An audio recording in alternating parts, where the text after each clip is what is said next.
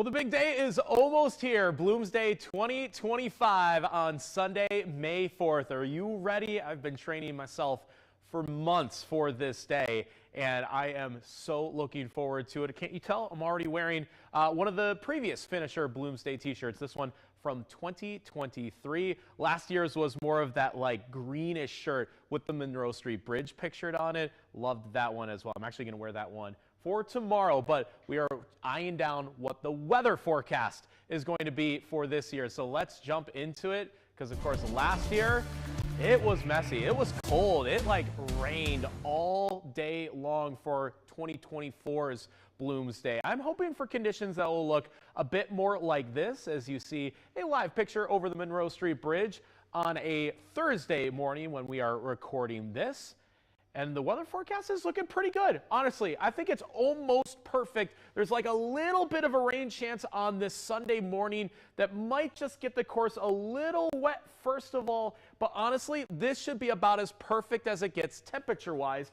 Afternoon temperature of 65 degrees, which by the way is the exact average high temperature for the early March in Spokane. Morning hours in the 40s.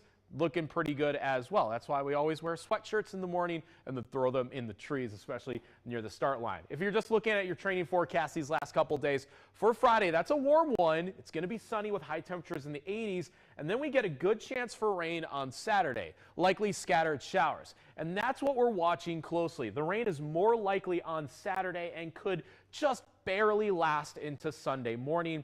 But for the race, it should be dry for those conditions. Bloomsday can always be extremes for the inland Northwest. It's early May. Spring can be cold. Spring can be warm. Spring can be snowy at times for us. These are the extremes temperature-wise. The warmest Bloomsday on record, 81 degrees in 1977. That was the first Bloomsday. Still stands as the warmest. It did tie it a couple years later in 1980. The coldest, 47 for the high temperature. That happened in 1984, 1999, and kind of last year as well, though officially last year the temperatures are a little bit warmer before the race. But for the race day itself, it was literally 47 degrees and a light rain all day long. So that honestly was one of our coldest Bloomsdays ever. In 1984, by the way, it snowed 1 to 2 inches before the race.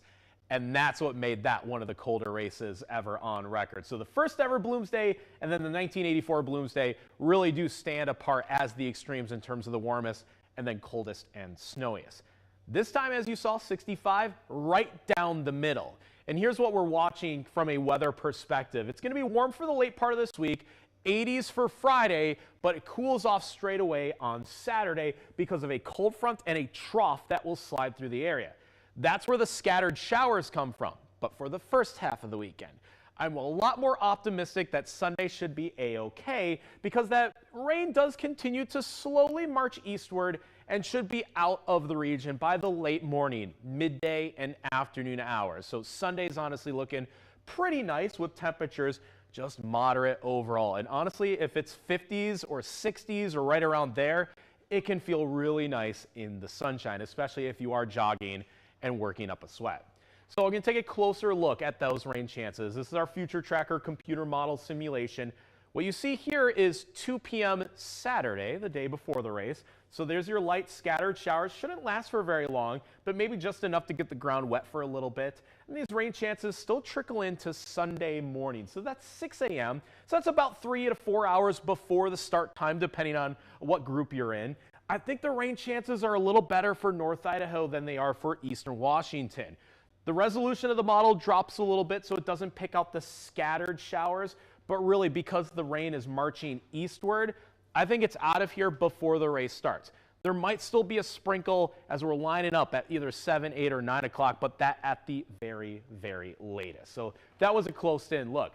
Here's the skycast, and I really want to highlight that it'll probably be dark and gray and maybe a light shower in the morning.